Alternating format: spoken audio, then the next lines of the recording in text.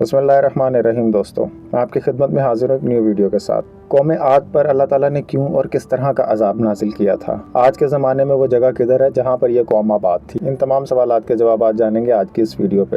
मैं आप सबको वेलकम करता हूँ अपने यूट्यूब चैनल एक यकीन की किताब पे। दोस्तों, तारीख में ऐसी बहुत सारी कौमें गुजरी हैं जिन्होंने अपना लोहा मनवाया, हर किसी न किसी खास फील्ड में, या कोई ऐसी उनकी खास बात होती थी जिनकी वजह से उनको हमेशा याद रखा जाता था। बिल्कुल इसी तरह कौम आद अपनी बेहतरीन जिस्म और कद्दो कामत की वजह से मशहूर थी। उनका रंग बहुत पुरकशिश सफ़ेद और सुर्ख था और उनका कद्दो कामत काफ़ी ऊंचा था और उनकी जिसामत भी काफ़ी ठीक ठाक थी। और अल्लाह ताला ने उनको हर उस अजीम शान नेमत से नवाजा था जिसकी एक आम इंसान एक तवक्को कर सकता है। उनके जहाँ पर वो रह रहे थे वहाँ पर सरसब्ज़ व शादाब इलाका था और खाने पीने के लिए हर गज़ा मौजूद थी। पीने के लिए चश्मे का मीठा पानी भी मैसर था। अगर हम उनकी कुछ हिस्ट्री पढ़ते हैं तो हमें पता चलता है कि उस कौम को अल्लाह ताला ने हर उस चीज़ से नवाजा था, यहाँ तक कि कुरान पाक में सूरह फजर में भी अल्लाह ताला ने फरमाया कि उस जैसी कौम बाकी मुल्कों में मौजूद ना थी। इन तमाम बातों के बावजूद उनके अंदर एक बुराई मौजूद थी और वो बुराई थी बुत परस्ती, बुतों की पूजा करना। ये हज़रत नूह अलैहिस्सलाम की चौथी नस्ल से साम की औलाद में से थे, उनके बेटे साम की औलाद में से थे। अब अल्लाह ताला ने जब ये बुराई को देखा तो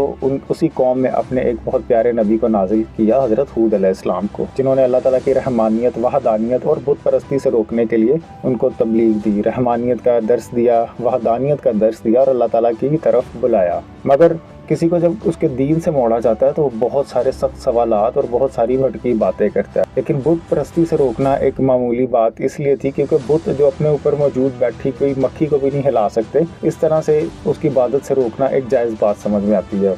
एक मोहतात अंदाजे के मुताबिक हज़रत हूद अलैहिस्सलाम अपनी कौम को तकरीबन 40 से 50 साल तक अल्लाह ताला की बातों का दर्स देते रहे, तबलीग करते रहे दीन की। जब वो बाज ना आए तो अल्लाह ताला ने उनको अपने प्यारे नबी को उन पर नाजिल फरमाया और उसके बावजूद जब वो बाज ना आए बुत परस्ती से तो हज़रत हूद अलैहिस्सलाम ने अल्लाह ताला की बारगाह में दुआ की और अपनी तमाम बातें अल्लाह ताला की ज़ात अक़दस के सामने रखी। फिर अल्लाह ताला ने कौम पे अजाब नाजिल किया कहत साली की सूरत में। 3 साल तक उस कौम पर कहत पड़ा रहा। अरब में एक रवायत मौजूद है कि जब भी कोई किसी भी किस्म की आफत आती है, नागहानी आफत, तो तमाम लोग मक्का मुकरमा में खाना काबा के पास जाकर इज्तिमाई दुआ करते हैं। बजाय बेशक वो काफिर थे लेकिन वो खाना काबा में जाकर अपनी मुश्किलात का तकाजा और उससे निजात का रास्ता अपनाते थे और दुआ करते थे। बिल्कुल इसी तरह कौम आद ने भी तकरीबन 70 लोगों का कबीला जमा किया। पूरी कौम नहीं बल्कि उनमें से कुछ मुंतखब 70 लोग खाना काबा की जानिब रवाना हुए और उनका जो सरदार था कबील बिन अंबर था। जब वो खाना काबा पर पहुंचे तो उन्होंने देखा कि वहाँ का जो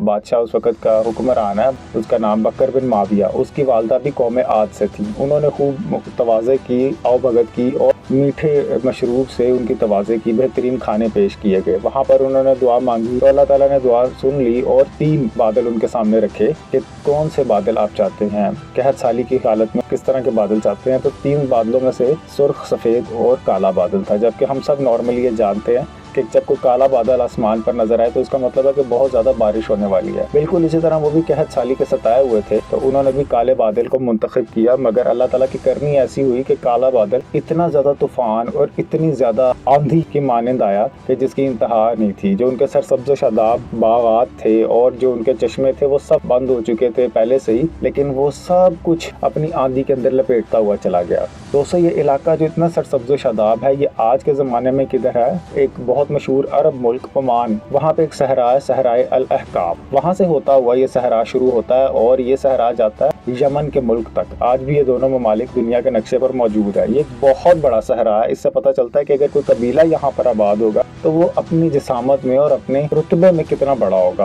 और वहाँ के लोगों की खुराक कितनी ज्यादा होगी। ये कद्दो कामत वाले अजीम शान लोग उस वक्त जो अपने आप के ताकत के नशे में थे और बुत परस्ती में मशगूल थे, उनको अल्लाह ताला ने निशान इबरत बनाया। ना सिर्फ उनको, उनके तमाम के तमाम जो नामो निशान थे वो उस दुनिया से मिट चुके, लेकिन उनकी जगह को भी अल्लाह ताला ने निशान इबरत बनाया। आज वहाँ पर एक सुनसान और एक बयाबान सा सहरा है, वहाँ पर कोई भी जाना पसंद नहीं करता। इवन आजकल के इतने ज्यादा तरक्की याफ्ता दौर में भी वो अंधेरे में डूबा रहता है और उसमें इतनी रेत पड़ी है कि अगर कोई एक छोटा सा या कोई बड़ा सा पत्थर भी फेंके तो रेत के अंदर धंसता ही चला जाए। ये रेतले पहाड़ और ये सब कुछ हमें अल्लाह ताला का जो वहदानियत, अल्लाह ताला की बड़ाई का दर्स देते हैं कि खुदा इनको जो चलाने वाला है वो बेशक हर शय पर कादिर है। इन्नल्लाह शयउन कदीर। उम्मीद करता हूँ आपको वीडियो पसंद आई होगी। अपना ख्याल रखिए, चैनल को लाइक करें, सब्सक्राइब करें और दोस्तों के साथ शेयर करें। अल्लाह हाफिज।